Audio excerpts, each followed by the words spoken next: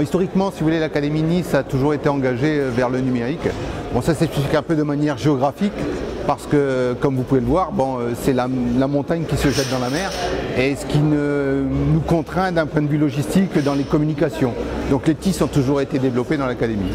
Et avec notamment le Conseil général des Alpes-Maritimes, on a décidé très rapidement de mettre en place des espaces numériques de travail. On a procédé de la manière suivante, une phase d'expérimentation.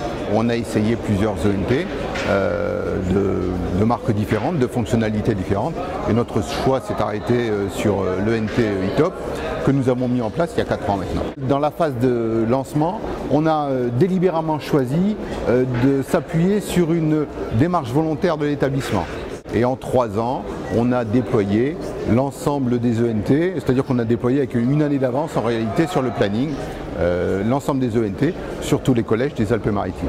Aujourd'hui, tous les collèges ont un ENT opérationnel, c'est-à-dire qu'il est ouvert naturellement aux élèves, aux parents, aux professeurs, à l'administration. Donc toute la communauté éducative a accès aux ENT, avec une progression très constante et très importante de l'accès à l'ENT, puisque les dernières statistiques dont on dispose, qui sont fournies par Ziti, nous donnaient 1,2 million d'accès sur le mois de janvier. Pour nous, il y avait 3 phases. Il y a une phase de le socle, ce que j'appelle le socle matériel, c'est les équipements et l'accès au réseau. La deuxième phase, c'était les ENT avec les services.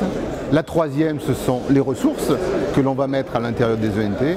Et maintenant, les objectifs, on les fixe davantage au niveau des usages.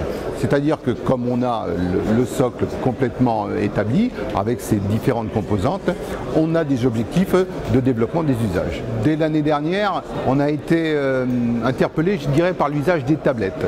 Même, je dirais, au-delà des tablettes, on s'intéresse un peu aux smartphones aujourd'hui, qui sont des outils personnels des élèves. Donc on a décidé cette année de conduire une expérimentation. Bon, on appuie sur le réseau que nous avons qui permet de suivre les établissements scolaires sur des tablettes. On a actuellement 200 tablettes de déployer et notre objectif, c'est la diversité des applications. C'est-à-dire que ces tablettes, c'est différents types de tablettes. Je ne vais pas citer les marques, mais on a toutes les possibilités de tablettes qui nous sont aujourd'hui disponibles sur le marché. Et également diversité dans les champs d'application. Autrement dit, on a des tablettes qui sont utilisées de manière strictement disciplinaire, dans une discipline. On a des tablettes qui sont mises à disposition des élèves d'une classe.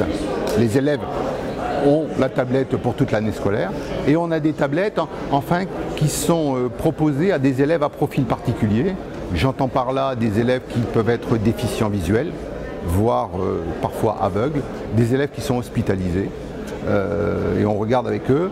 Dans tous les cas, l'objectif de l'expérimentation porte quel est l'intérêt de l'usage pédagogique de la tablette.